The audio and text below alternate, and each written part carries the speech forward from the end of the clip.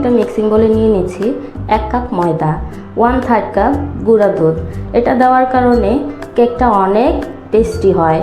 লবণ দিয়ে দিলাম পরিমাণ মতো, বেকিং সোডা দিয়ে দিব 1/4 টিস্পুন, বেকিং পাউডার 1 টিস্পুন। এখন এগুলো ভালো করে মিশিয়ে নিতে হবে। মিশানো হয়ে গেলেই সাথে সাথে ছেঁকে নিতে হবে, কারণ কেকের মধ্যে যাতে কোনো দানাদার ভাব না থাকে, কেকটা যেন স্পঞ্জ অ্যান্ড বাউন্সি হয়। এখন এগুলোকেও নেড়ে চেড়ে মিশিয়ে নিব। এটাকে একটা সাইডে রেখে দিয়ে এখন আমরা কেকের ফোম করে নিব। তার জন্য এখানে দিয়ে দিচ্ছি 7টা ডিম। একে একে আমি সবগুলা ডিম ভেঙে নিচ্ছি। এখন ডিমের কুসুমগুলো আলাদা করে নিব। শুধু ডিমের সাদা অংশটাকে আমি ফোম করে নিব। তার জন্য দিয়ে দিচ্ছি ভিনেগার আধা টিস্পুন। ভিনেগার দেওয়ার কারণে ফোমটা জলদি হবে। আমার বিটারের স্পিড আছে 5 পর্যন্ত। আমি মাঝ বরাবর রেখে এটাকে করে নিব। আপনারা আপনাদের বিটারের স্পিড বুঝে করে নেবেন। এখন চিনি দিয়ে দিতে হবে 1 কাপ, আরও 1/4 কাপ। আমি পুরোটা চিনি একেবারেই দিব না, একটু একটু করে দিয়ে আমি ফোমটা করে নিব। একেবারে দিলে চিনিটা পানি ছেড়ে দিবে, সহজে ফোম হতে চাইবে না। এই যে দেখেন কত সুন্দর ফোম হয়ে যাচ্ছে। এভাবেই আমি ফোম করে নিব। আপনারা হয়তো দেখতেই পাচ্ছেন আমি চিনিটা কিন্তু একেবারে দিচ্ছি না, কিছুক্ষণ পর পর দিচ্ছি। আপনারাও এভাবে দেওয়ার চেষ্টা করবেন।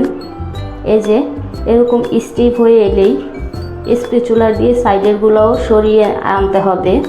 এই যে দেখেন আমি উল্টে পাল্টে দিচ্ছি, কিন্তু আমার ব্যাটারটা পড়ছে না। এতটাই শক্ত ফোম হতে হবে। এখন ডিমের কুসুমগুলো দিয়ে আমি বিট করে নিব।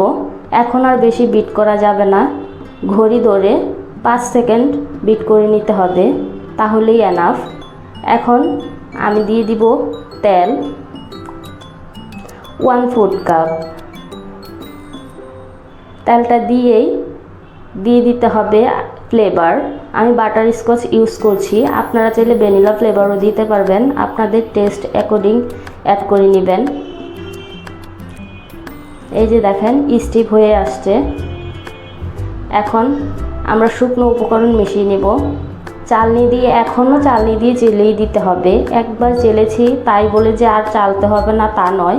এখন চেলে দিলে আর দলা হয়ে থাকবে না, দানাদার ভাব থাকবে না, জলদি এটা মিশিয়ে নেওয়া যাবে। আর একেবারেই ঢেলে দিবেন না, কিছুক্ষণ পর পর দিলে ব্যাটারটা স্মুথ হবে। এখন পানি দিয়ে দিতে হবে 1/4 কাপ। এই পানিটা দেওয়ার কারণে কেকটা অনেক স্পঞ্জ হবে। ভালো করে নেড়ে চেড়ে মিশিয়ে নিতে হবে।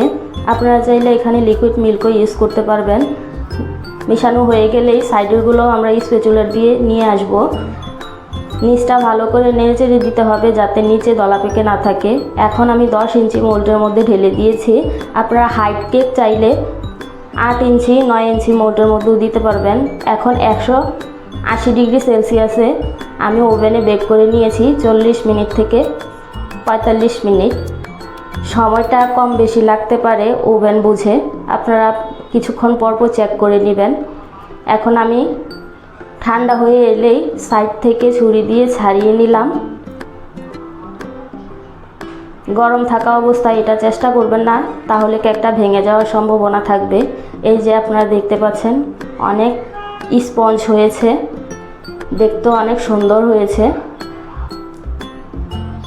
এই যে আমি আপনাকে নিচ দিয়েও দেখিয়ে দিচ্ছি। নিচ দিয়ে কিন্তু আমার এটা পোড়া লাগে নাই, নিচ দিয়ে কালারটাও অনেক সুন্দর এসেছে।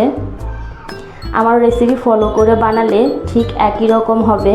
আপনারা বাসায় একবার অবশ্যই ট্রাই করবেন। এই কেকটা অনেক সফট হয়। এই কেক দিয়ে আপনারা যে কোনো কেকের ডেকোরেশন করতে পারবেন, ইনশাল্লাহ নিরাশ হবেন না। ডেকোরেশন না করলেও এমনিতেও আপনারা এই কেকটা খেয়ে নিতে পারবেন। বড় থেকে বাচ্চা সবাই এই কেকটা পছন্দ করবে ইনশাল্লাহ।